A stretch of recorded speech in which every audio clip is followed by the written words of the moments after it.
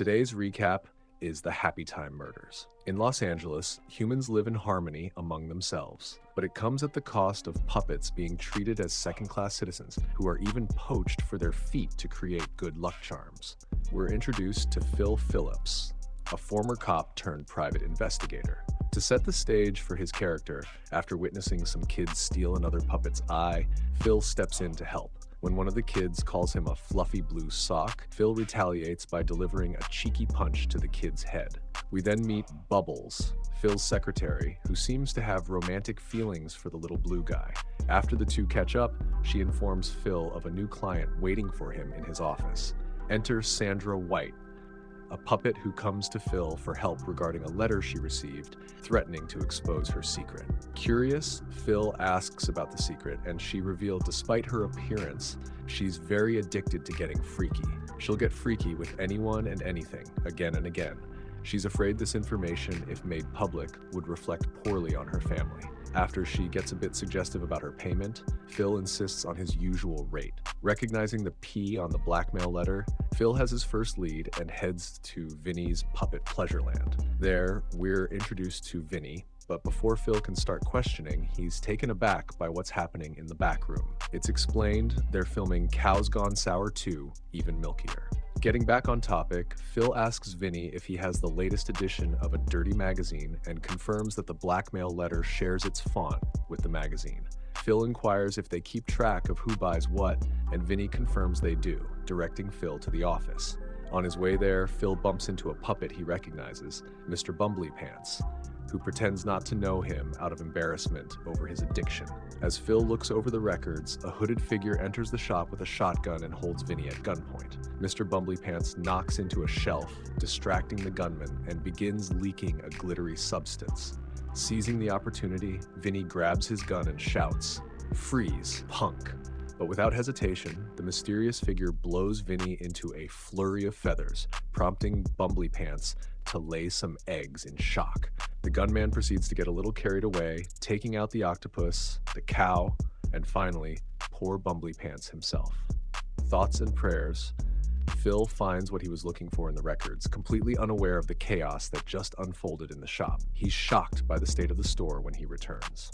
The police arrive on the scene, and Detective Connie Edwards, Phil's former partner from his time on the force, makes her entrance. Neither seems too thrilled to see the other, hinting at a complicated history. We're then introduced to Lieutenant Banning, who tells the two to settle down before asking Edwards for her thoughts. She believes it was a robbery gone wrong, but Phil chimes in, pointing out that it was a hit since the assailant didn't take anything. Phil and Edwards continue to bicker, with Phil flipping her the bird as he exits through the back door. During lunch with his brother Larry, who we learn is a former actor that starred in a show called The Happytime Gang, which is how Phil recognized Mr. Bumbly Pants. A fan approaches Larry, prompting him to say his character's catchphrase, "You're under arrest for being too hot to handle."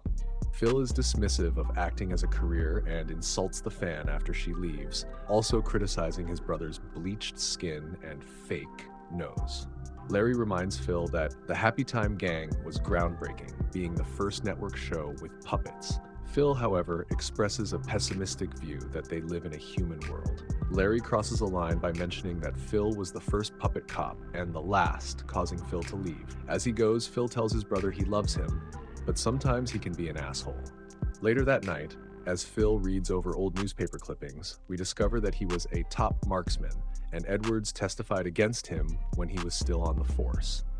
Another article questions whether a puppet cop was able to shoot another puppet, suggesting that Phil found himself embroiled in controversy after he failed to shoot a puppet suspect.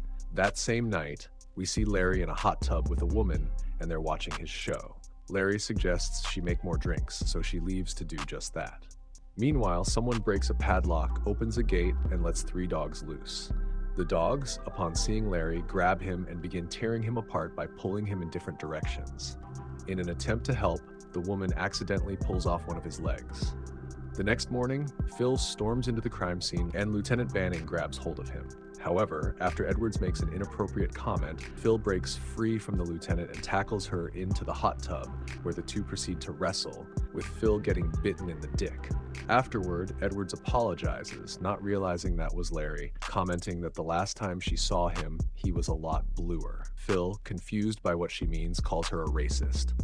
The lieutenant tells them to start acting their age and orders them to work together, taking Phil on as a consultant without giving him his job back. He threatens to put Edwards behind a desk and to bite Phil's groin if they can't get along.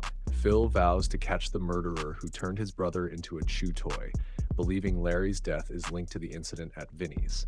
He thinks Bumbly Pants was the intended target back at Pleasureland, and that someone is targeting members of the Happytime gang, hence the name of the movie. Phil and Edwards reluctantly agree to team up. The duo meets Donovan Scargill, one of the producers of the show, who comes off as rude and condescending right from the start. Donovan openly degrades puppets right in front of Phil. After Donovan makes a disparaging comment about his puppet slaves back home, Phil throws a big ball at his obnoxious head, knocking him out cold. This allows them to grab a file they needed from his desk. According to the file, the show is set to be sold into syndication, with each of the 7 cast members receiving an equal cut of the upfront payment.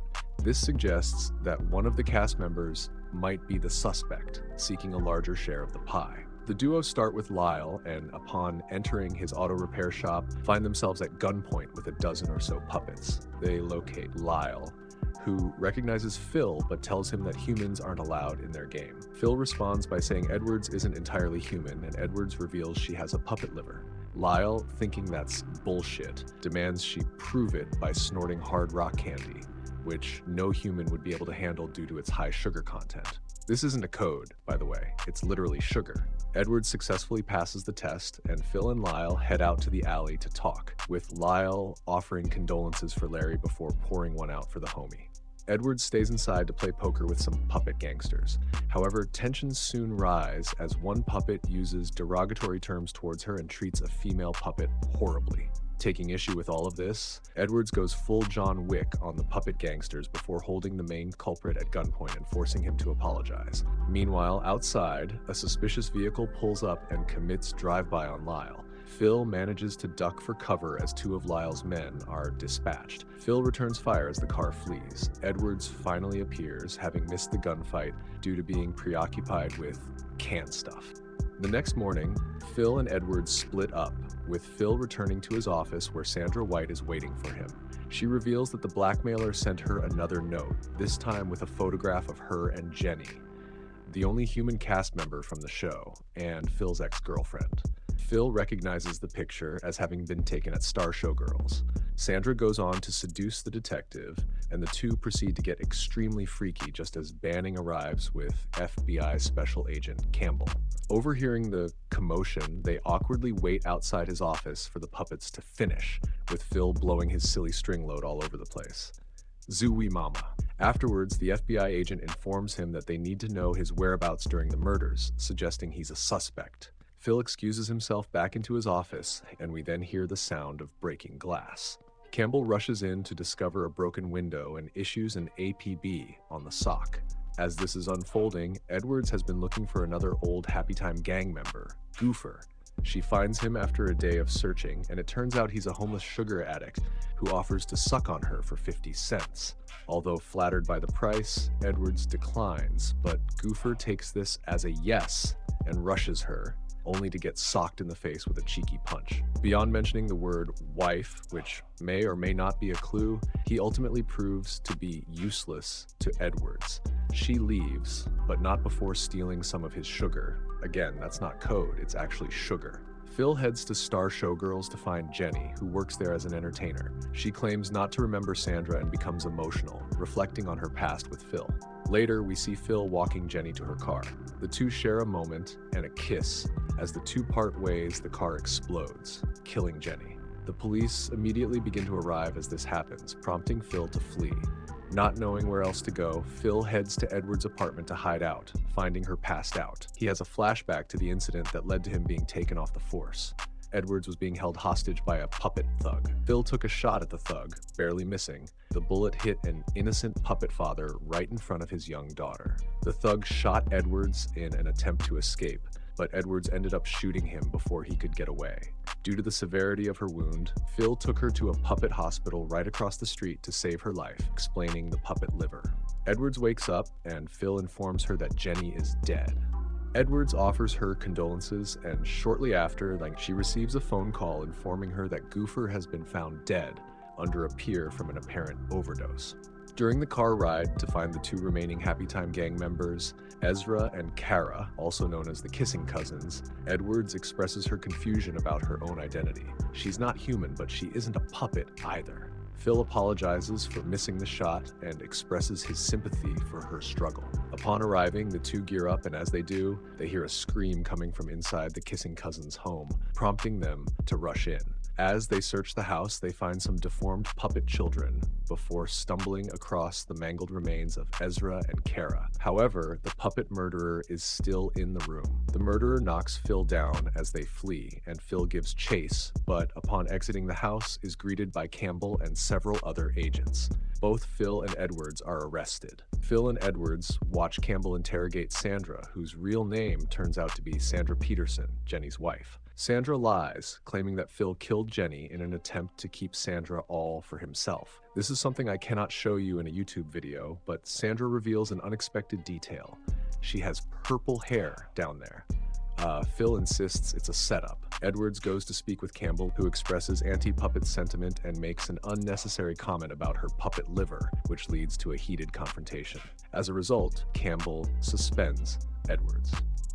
Edwards returns home to find Bubbles sitting on her kitchen bench. Bubbles asks for Edwards' help to prove Phil's innocence, explaining that she can't do it herself because she wears heels. Bubbles has discovered that Sandra didn't exist until 2 years ago, suggesting it is a false identity.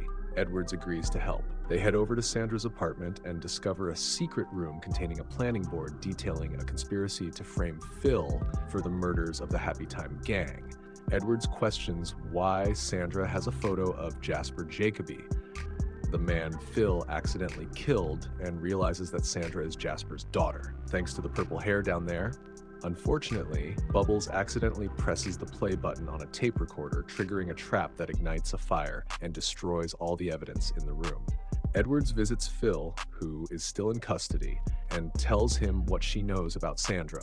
Lacking evidence, she decides to bust him out of there by pulling out a piece and popping a quick one right in the arm. On the way to the hospital in an ambulance, some wacky hijinks occur, allowing the duo to take control of the vehicle. Bubbles informs them that Sandra is at the airport and is planning to depart. When they arrive, Phil cuffs Edwards to the car's steering wheel, proclaiming he doesn't want to ruin her life again. Upon finding Sandra, Phil tries to apologize, but she tells him to go fuck himself. It isn't about framing him anymore. She just loves killing and now has $10 million. Okay, so she's a psycho. It is then revealed that Jenny is still alive and confronts Phil by pulling a gun on him, causing him to drop his weapon. He convinces Jenny that Sandra is just using her like she used him, and Jenny begins to have second thoughts. In response, Sandra knocks her out with a briefcase full of money. She then whistles for her henchmen, who carry Phil out to the runway and attempt to throw him into a jet engine. However, Edwards comes to the rescue, wielding a steering wheel as a weapon. She defeats the goons and successfully pulls Phil to safety. Edwards sees Sandra board her private jet and chases after her, with Phil lagging behind due to a sore ankle. Sandra, the sneaky little spider monkey, pulls off whatever you want to call this move, allowing her to get the drop on Edwards, and is now holding the officer hostage. What follows is another gun-to-the-head situation similar to the one that resulted in Sandra's father's death. In a tense moment, Phil shoots the psycho puppet right in the dome. Edwards celebrates by applauding him for not missing this time. Phil asks Bubbles out on a date, and she agrees. Lieutenant Banning arrives to congratulate Phil and Edwards for cracking the case and offers Phil his old job back, with Edwards calling him the best damn cop she's ever seen. Special Agent Campbell shows up blasting Carly Rae Jepsen to express his version of appreciation. And that's the Happytime Murders. Thank you so much for watching. Be sure to make love to that like button and consider subscribing for more content like this in the future. The word of the day is brouhaha, which means excited public interest or discussion. Thanks again for watching, and until next time, bye-bye.